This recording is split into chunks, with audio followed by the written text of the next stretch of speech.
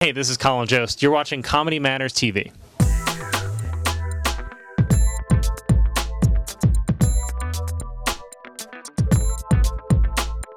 Hey, this is Jeffrey Gurian for Comedy Matters TV in the luxurious private office of the comic strip. And I'm here with Colin Jost. How are you, Colin? Very good. Welcome to my office, pretty much, you know. The ex-coat room. That's right. Yes. I didn't know that, but is that true? Yes, this was actually a coat room. Oh, it's even better.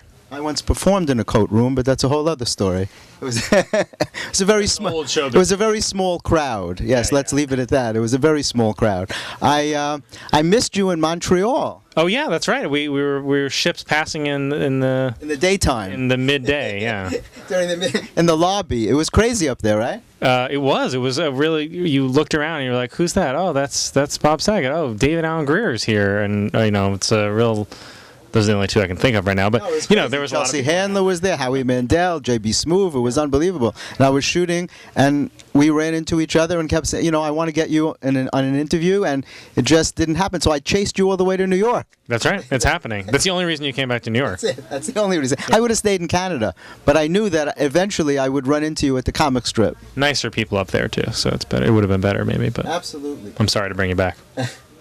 I heard you broke your hand in June. Is that true, or was that just a bit you did for the... Oh, no, it's true. It was, well, I guess it was last June now. Yeah, last June. But for when I went to the Chicago Festival, I was about to go... The next day, I was doing a taping for TBS, and I broke my hand the night before playing like a punching bag game at where they have Whirly Ball in Chicago, and a bunch of us were out. It was like a bunch of comedians, and it was really competitive and kept trying to beat the high score. And comedians are in such good shape, first of all, that you could break your hand playing a video game. Right? Yeah, we're so impressive physically. It's pretty much the most embarrassing way to break your hand is a video game. Yeah. Did you try and make up like some really like macho story about it, or did you just cop to the truth? Yeah, I just went with truth. It was only like the night before. I didn't have much time to create a great story about who I beat up. Yeah. And you used it in your act, right? Because you talk about what happens to you, right? Well, I did, because it's like, what am I going to do? I'm on stage with this giant, weird, hulking, cast on my hand, and I was fine after a few weeks. But yeah, it was the worst timing. I didn't understand how that happened to me. So tell me about Saturday Night Live. How many seasons have you been on as a writer? I've been there 7 years as a writer. I'm starting my 8th season now. Wow, I didn't realize that's a long time to be on a show. That's great. It is. No, I'm very lucky. It's been a long time, but it's and it's been great. And the people I started with, which is a real fun cast, was like Andy Samberg and Kristen Wiig and Jason Sudeikis and Bill Hader. Whatever happened to those people? And I don't know. I'm just saying this is trivia now because no one knows who they are. And so it was a really fun group, and I've been very lucky to be there and working with people that are really funny. How'd you hook up the Saturday Night Live thing in the first place? I'm always interested in how something comes about, because it's usually a fluke thing or whatever. Yeah, well, people don't know. There's literally just a sign-up sheet, and people just don't know where it is. But if you go, it's like they're very polite, and they just like let you do whatever. Somewhere in the lobby of 30 Rock, right? It's a hidden thing. It's like right where that dude's holding up the big ball outside, where Atlas is. No one ever lifts up his skirt, but if you do, now the secret is out. The secret's out. I just wrote a lot in college, and I, wrote a packet and submitted it, and never really heard anything. And the next year, I wrote another packet and submitted it, and I was very lucky that some of the, head writers there liked it, and I went and interviewed Lorne, which was super, intimidating. And I was lucky, I think they just were looking for a young Lampoon guy, which I was. Oh, that's right. You were you a graduate of Harvard? Yeah. I worked for the Lampoon, and so I was writing there. That's like mostly what I did in college. My major was the history and literature of Russia and Britain, but I pretty much just wrote at the Lampoon. Are you serious? That was your major? The history of Russia and Britain? What could you possibly have done with that? I don't know. I think my parents are probably wondering the same thing. But I did, Did you tell them that with a straight face? I finally figured out what I want to do. I'm majoring in the history of Russia and Britain. I think they fell asleep halfway through me describing what my major was. Yeah. Once they heard history and literature, they're like, okay, whatever. As long as if it's not pre-med, I don't understand. Well, immediately I see the connection to comedy writing. There's such a strong connection between... Of course, naturally, Russian history and American comedy. It doesn't get funnier than Russian history, yes. Yeah. Well, Jim Downey, who's a longtime writer and was the head writer of SNL for a long time, time, also was at Harvard and also studied Russian. He studied Russian studies. So Oh, really? there's an odd link. Well, there's a lot of Lampoon guys wound up at SNL from Harvard Lampoon. Yeah, there's been a long history. There's a couple of us there now, but yeah, there's some ones through history who went to SNL or went to The Simpsons. Obviously, Conan O'Brien's from there and started at SNL and went to The Simpsons also. And did you know Herb Sargent? Was he still alive when you were there?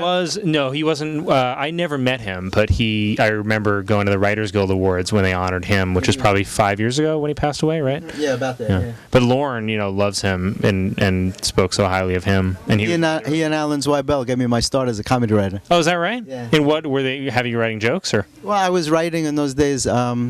What's his name? Jack Rollins sent me up to Herb Sargent for me to do short films for the show. Oh, great. And that's a whole other story, but I'm interviewing you. So next time when you interview me, I'll tell you that story. When you're holding the mic and you're interviewing me for Comedy Matters TV, because I'm losing this. So what's coming up for you? When do you go back to SNL? You're on hiatus now, right? We're on hiatus, and now we're just starting. We do like some commercial parody writing this sort of time of year, late August, early September, and then our first show is September 15th.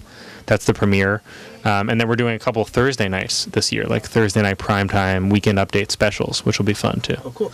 Do you do like a specific type of writing for the show? Are there certain types of sketches that you like to write, or just all kinds of stuff, whatever comes to your mind? Yeah, whatever. It's nice. You have a lot of freedom. You kind of can do whatever you want, and then you just sort of live or die by whether it's good or not. It's a very hectic schedule, though, isn't it? Getting a live show every week? It is. When you're working, it's long. I mean, it's probably something like 90 hours a week that you're there, but it's fun. A lot of it's hanging out with friends that you think are fun. So, you would do that. It's different than banking or something where exactly. It's a little less. But in banking, you get more than 2 tickets. If you want to bring a friend to your bank, it's a lot easier to bring friends, right? SNL, you only get 2 tickets a week, right? Yeah, well, yeah, but about that, yeah, and it's and then some weeks no one really gets tickets because they like getting them, the fans, which is great. People waiting online. Sometimes there are lines down the street. So even for dress rehearsal, people come to dress like it's the regular show. Absolutely, and some comedy fans like it even more because they get to see more sketches. They get to see the stuff that gets cut. Sometimes things that are a little weirder or whatever that don't quite click with an audience, they get to see those addressed. So it's cool. Are there a lot of changes between dress and the real show? Does that happen a lot? It depends. Some shows are more locked in than others. There's a huge amount of changes. I remember sketches where I've been on set while it was going on air and actually running out of time in the show and putting my hands on cue cards to block lines so the actors wouldn't say it to pick up time. Oh, yeah.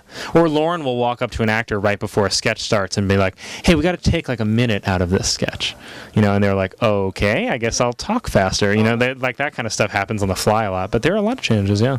That's crazy. People have no idea what it's like doing live. Well, even just stand-up comedy in general is the hardest thing. Right. Tell me about your time at the comic strip. I mean, it's great that you're here. Oh, yeah. I mean, what a great place. I mean, it's when you look at the walls here, you're like, wow, there's a lot of good people here. I hope this set goes okay.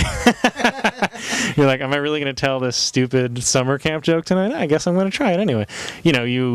It's cool, and just I like the memorabilia here of like seeing Seinfeld's first sign-up sheet. Yeah, first sign-up sheet. You're like, oh wow, that's awesome, and it makes you want to have good stuff when you get here, So it's good. It challenges you. It's in the book, that me and Richie wrote about the 35-year history of the comic strip, and you're in the book. You know that, right? I didn't know. Yeah. That's great. Thank you so much. You're in the book on the up-and-coming stars that perform at the comic strip. Yes, and JR's in the book. Of course. So you've been doing shows here, like from Saturday Night Live. I think you have one coming up on August 26th, right? Yeah, you're bringing in cast members? Yeah, we're doing it. Jay Farrow from the cast, and Vanessa Bayer, and Mike O'Brien, who's a super funny writer and does a series online called 7 Minutes in Heaven. That's great. Brian Tucker, one of the other senior writers, is coming. And we'll see, maybe a couple other guests. But yeah, it's great. It's fun doing here. The crowds have been great, and it's fun doing shows, like a different kind of thing with all the people you work with. Jay Farrow is fantastic. Up in Montreal, he took the new book that we just did, and he read Chris Rock's introduction in Chris Rock's voice. I believe it. For J.B. Smoove and Lou Wallach, and it was crazy. It was people were just hysterical. He is amazing. Oh, he's phenomenal. Yeah, so, I mean, great. I mean, what a great impressionist too. Like, it's unbelievable. Yeah. So, is there anything else that you have coming up that you want to talk about? You working on anything fun? Just some other stuff on the side that's all developing, but just a lot of stand-up. Like, it's been great to be back in New York and doing shows and feeling like this summer you have a little time to write new material, which as a comic you're always, anytime you get a chance to do that, you're excited. Yeah, exactly. Well, I'm so glad I followed you back from Montreal and I got this interview. It was great to see you. I'm happy for you. I'm so happy you already had an apartment here. It makes it so much easier. It makes it so much easier than me having to struggle and find the place and wait to run into you. Then you would. Now it's all good.